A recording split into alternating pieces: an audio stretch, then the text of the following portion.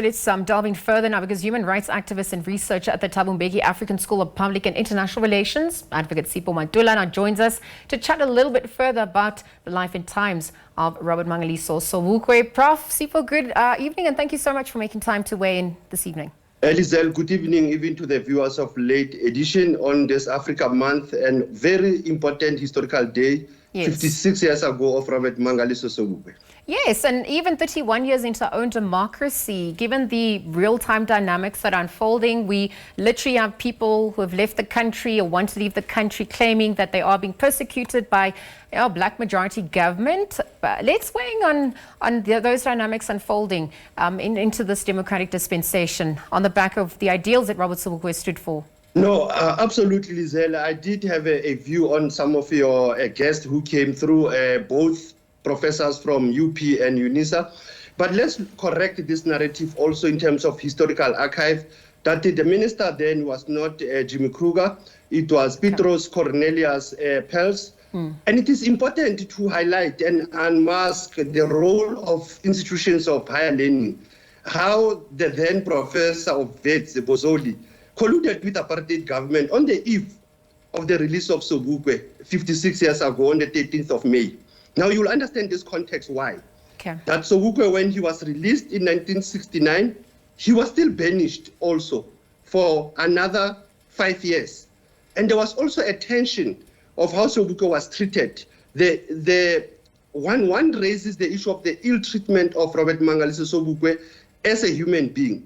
And it is very important for us to put a context of how the then apartheid government colluded with universities trying to suppress the political activism, that soul and that fire that Sobukwe was having during those years post the Shabilanga massacre. Remember that massacre was also a genocide. So in the context of what we are seeing with the delinquent US against South Africa, the legacy and the mandate of Robert Sobukwe was a Pan-African cause. It had an impact in the African continent. It had an impact in the African diaspora. We look at 8 years of the Pan-African Congress that was in London, Manchester. And one of the issues was this question of the color line. And this is what we are having in South Africa today. But like I said to you, it was said how Sobukwe was ill-treated as an intellectual, as an academic, as a freedom fighter. And hence I say to you, the Wits University, and that is in archives, it is in record. Yes. They colluded with the then minister.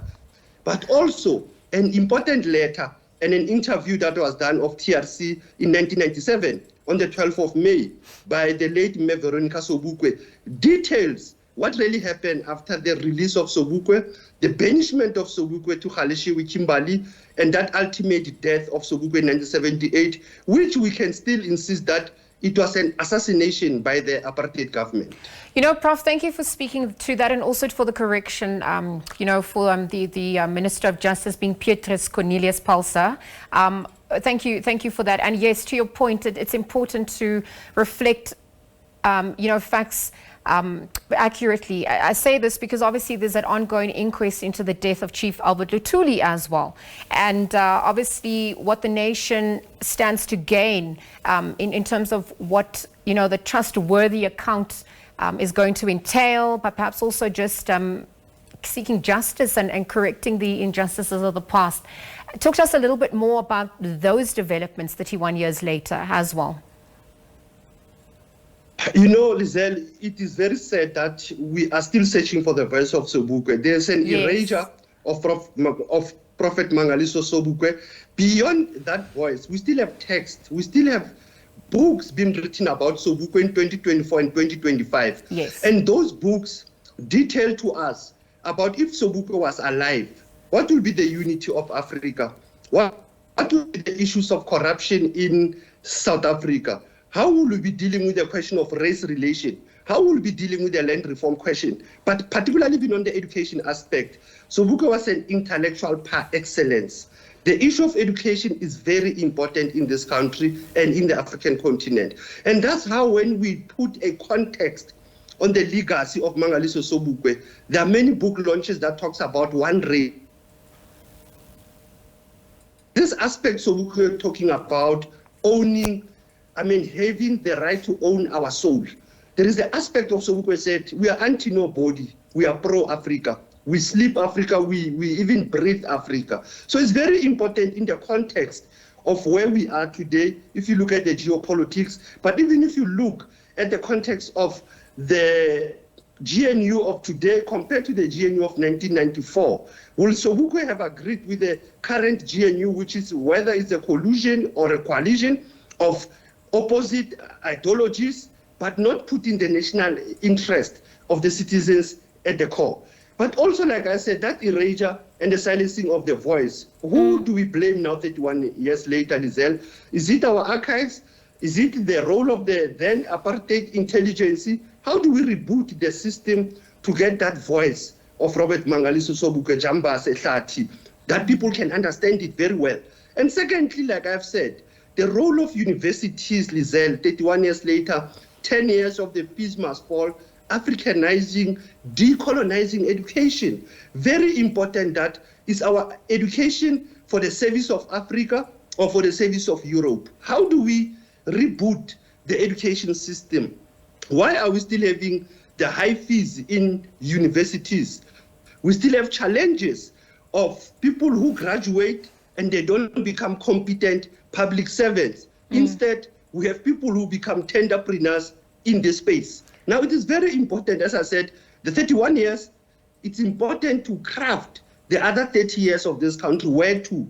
And that's where Sobukwe had a vision of United States of Africa. He had a vision of this national consciousness. He had a vision of also looking at the plight of an African child. And it is important, like I said, the month of May is very important beyond being an Africa Liberation Month, but it also contextualizes this human being called Robert Mangaliso Sobukwe. Yes, absolutely, Prof. There have certainly been questions about the inconsistencies in relation to Sobukwe's legacy at large. I need to wrap up, but in conclusion, just very quickly, you could highlight what his legacy entails, how we take on that baton and continue into this next 30 years and beyond as a country. In a very seminar book that will be launched tomorrow at NISA on one race of Sobukwe Voyo Dondolo from the Department of History. That's and one text that I will say to the viewers, they must peruse it.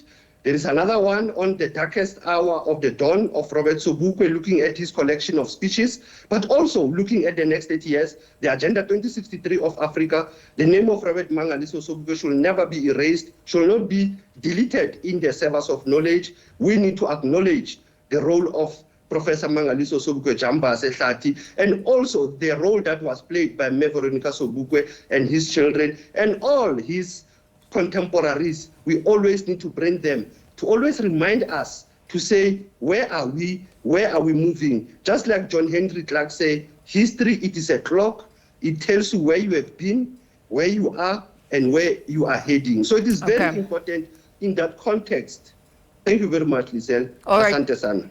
Thank you so much, Prof, for your time and for weighing in. Of course, the conversation continues. Ours will leave it there for now.